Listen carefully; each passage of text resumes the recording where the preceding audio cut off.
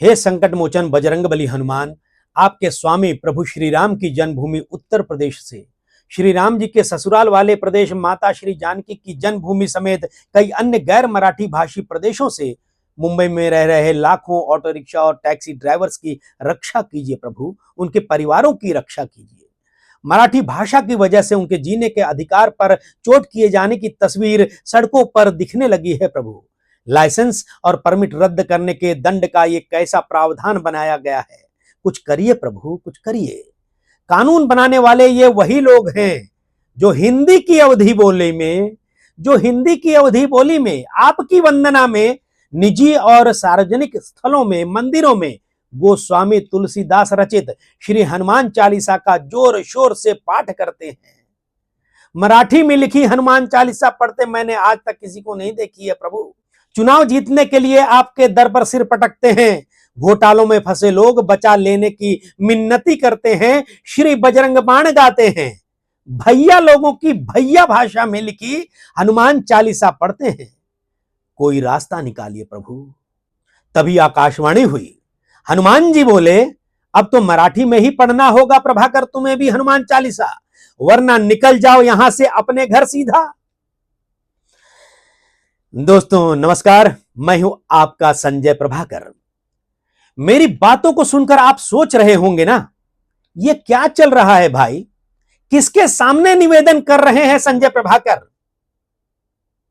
दोस्तों दरअसल महाराष्ट्र में टैक्सी और ऑटो रिक्शा चलाने वालों को मराठी कंपलसरी वाले मामले से जो जुड़ी खबरें देख देख कर वीडियो बना बनाकर यह विषय जो है ना दिमाग में इतना असर कर गया है, इतना बैठ गया है कि कल रात मुझे सपने में जो दिखा, हनुमान जी प्रकट हुए थे मेरे सपनों में और मैं उनसे निवेदन कर रहा था, उसका एक पार्ट तो आपने सुन लिया।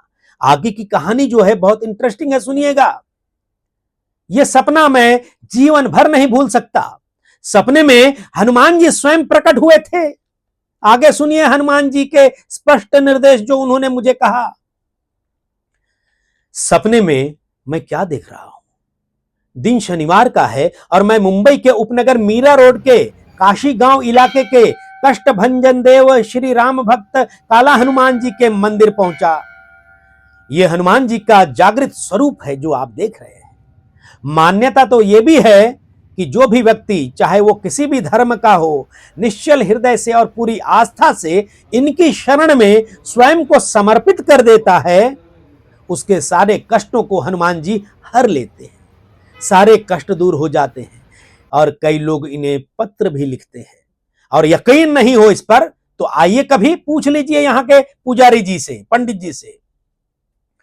दोस्तों आमतौर पर मैंने आज तक उनके सामने कभी किसी कोई इच्छा प्रकट नहीं की, न ही कोई कामना की कि हे प्रभु मेरी ये जो मेरी चाहत है ये इच्छा इसे पूरी कर दीजिए, बिल्कुल नहीं। न जाने क्यों मन में इच्छा जागृत हुई कि हनुमान जी से बोलूं और कहा मैंने, हे प्रभु श्री राम के नाम पर राजनीति करने वालों की सरकारें हैं, महाराष्ट्र में है, भैया लोगों के उत्तर प्रदेश समेत देश के 20 से ज्यादा राज्यों में है उनकी सरकार, भारत में भी उन्हीं लोगों का शासन है, प्रधानमंत्री नरेंद्र मोदी शासन कर रहे हैं, श्री राम के भक्त हैं।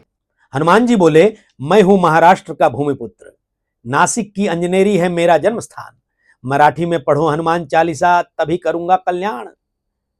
फिर टोन बदले श्री हनुमान, बोले मी महाराष्ट्राचा भूमिपुत्र आहे, नाशिकच्या अंजनेरी पर्वतावर माझा जन्म झाला अशी महाराष्ट्रात मान्यता आहे, मराठीत हनुमान चालीसा म्हणा तरच तुमचं कल्याण होईल।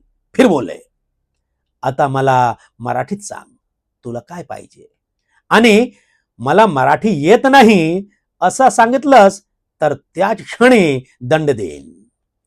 इतना बोलकर हनुमान जी हो गए अंतर्ध्यान। मैं देखा मेरे पास खड़े थे मंदिर के पुजारी सेवादास रामधुन वाले, जो हमेशा करते थे 20 सालों से हिंदी में बात। उनसे मैंने पूछा, बाबा जी आपने सुना हनुमान जी ने क्या कहा?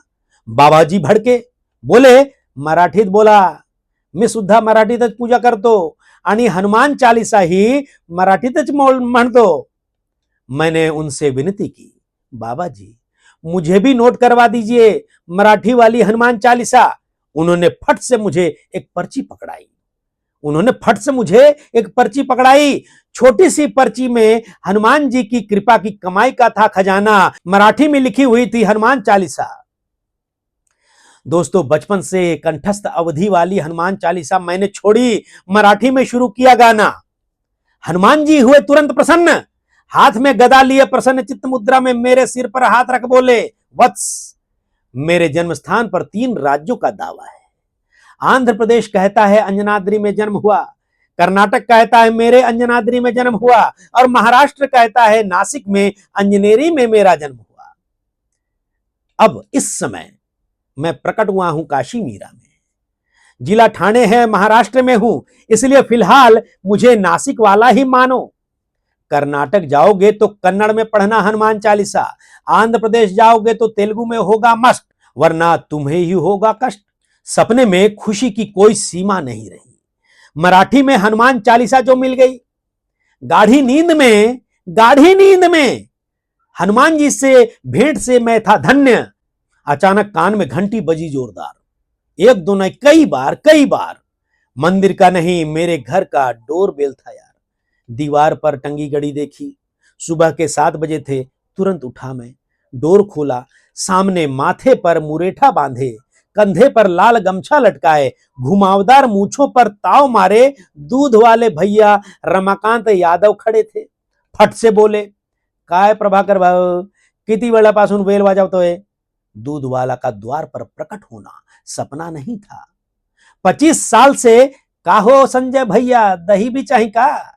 बोलने वाले यादव जी की मराठी सुनना आश्चर्य भी नहीं था, क्योंकि हो सकता है ऑटो रिक्शा टैक्सी वालों के बाद अब दूध वाले, सब्जी वाले, पानीपुरी वाले, स्त्री वाले, वड़ा पाव बेचकर जीने वाले अब सरकार के निशाने पर हो। कहीं कोई ऐसा अध्यादेश ना आ जाए, इसके साथ ही कहीं महाराष्ट्र के सार्वजनिक मंदिरों में मराठी में हनुमान चालीसा पढ़ने का कोई फरमान ना आ जाए। दोस्तों, इस वीडियो पर आप अपनी राय जरूर लिखिएगा। नमस्कार।